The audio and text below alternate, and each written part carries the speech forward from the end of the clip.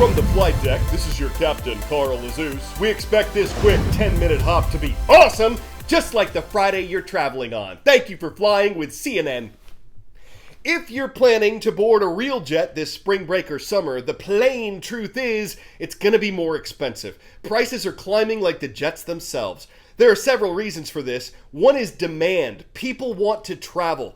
The head of Delta Airlines says he's never seen demand ramp up so quickly as it has after the Omicron wave of COVID, which hit the U.S. late last year.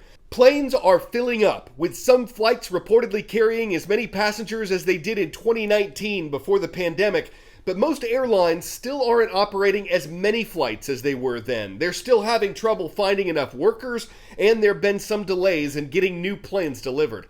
Also, while more Americans are traveling within the United States for fun, they're not traveling as much for business. Many people are still working from home as they started doing in 2020, so that's reduced a significant number of airline bookings. The head of American Airlines suggests COVID rules continue to affect international leisure travel, but he says a huge number of people still want to do it, and that if countries remove their restrictions, international bookings could grow back to their 2019 levels by the end of this year. A big reason why all bookings are getting more expensive, though, is the cost of jet fuel. Mirroring the cost of gas, it's taken off over the past year. What's interesting here is that crude oil prices, which factor heavily into the cost of gasoline and jet fuel, they've dropped a little since last week when they hit their highest prices in 13 years. But fuel costs didn't reflect that right away. Experts say gas prices rise like rockets, but fall like feathers, meaning they're quick to increase when oil prices do, but they take a while to settle back down after oil prices drop. For airlines, 20 to 25% of their operating expenses come from fuel costs alone. It's their largest expense after paying their workers. So when jet fuel costs go up, spring break starts at the airport where people are flying more than ever since the start of the pandemic, and they are already paying more. Are these friends of yours? Yeah, this is my friend. Dalia Sharp of Michigan was about to treat herself for her birthday next month. And I was deciding to go to Aruba, and in 2 days it went up $300. That's a lot. And I miss the $300 less, so I decided not to go. Jet fuel has spiked to its highest level in more than 2 years. A CNN analysis of federal data found filling up a Boeing 737 has shot up $6,800 since the invasion of Ukraine and $13,000 in the last year. Delta, United, and JetBlue all say they will pass the cost on to consumers. If it became unreasonable, I think people would forego traveling. It would just depend on how much it would be and how bad you want to go somewhere. To conserve costs, airlines like Alaska and Southwest say they will slash some flights from schedules. But airline experts say do not be shocked if carriers get even more creative, charging more for things like Wi-Fi, food, or seat selections. If you're paying 75% more than you were a year ago to gas up your car, I think you can relate to the plight airlines are facing when they have to pump tens of thousands of gallons of fuel into every one of their planes to transport us. Experts think carriers could get away with charging more since so many people want to fly. American Airlines says demand for travel is at an all-time high. Now airlines will have to balance ticket prices or push more people towards staycations.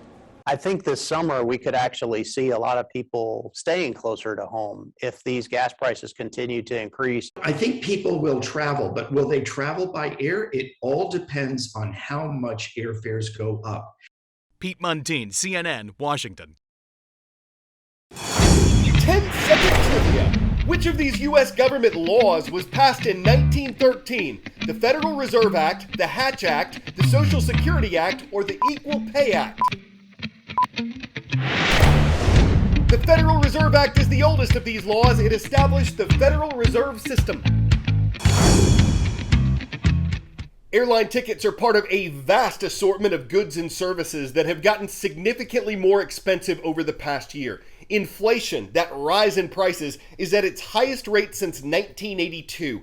Many of the things we bought last month were almost 8% more expensive on average than they were in February 2021. That's according to the U.S. Labor Department.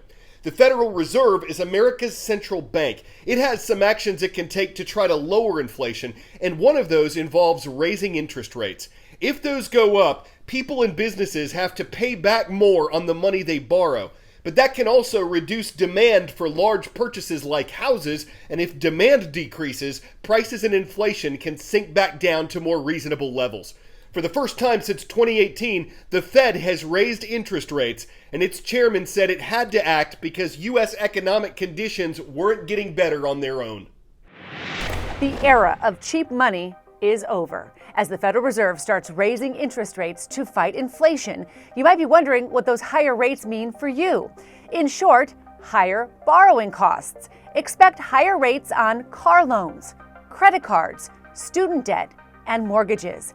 The 30-year fixed-rate mortgage has already climbed to almost 4%. Now, that's still historically cheap, but it's a sharp jump from recent lows. Higher rates will hit the stock market too. 0% interest rates have forced investors into riskier assets like stocks. Now the stock market will face more competition from more boring investments like government bonds.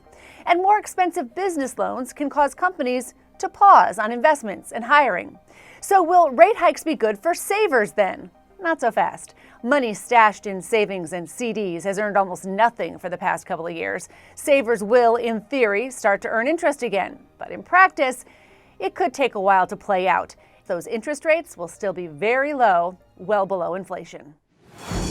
There's all kinds of work going on in the French capital. Yesterday we told you about reconstruction of the Notre Dame Cathedral. Today we're explaining how the Eiffel Tower just got taller. Until this week, the Parisian landmark measured around 1,063 feet from the base to the tippy top. Now it stands at 1,083 feet, and a new antenna is the reason why. The tower was originally built for a World's Fair in 1889. It's a wrought iron feat of engineering that also commemorated the 100-year anniversary of the French Revolution. And while it got plenty of criticism at first, with a number of artists and writers calling it an eyesore, La Tour Eiffel withstood that to become one of the most famous landmarks on the planet. Over the past century, the tower has been used for radio broadcasts and science experiments. The digital audio antenna that was installed on Tuesday is one of several that have been attached to the top of the tower, so it's not the first one that has changed Eiffel's height.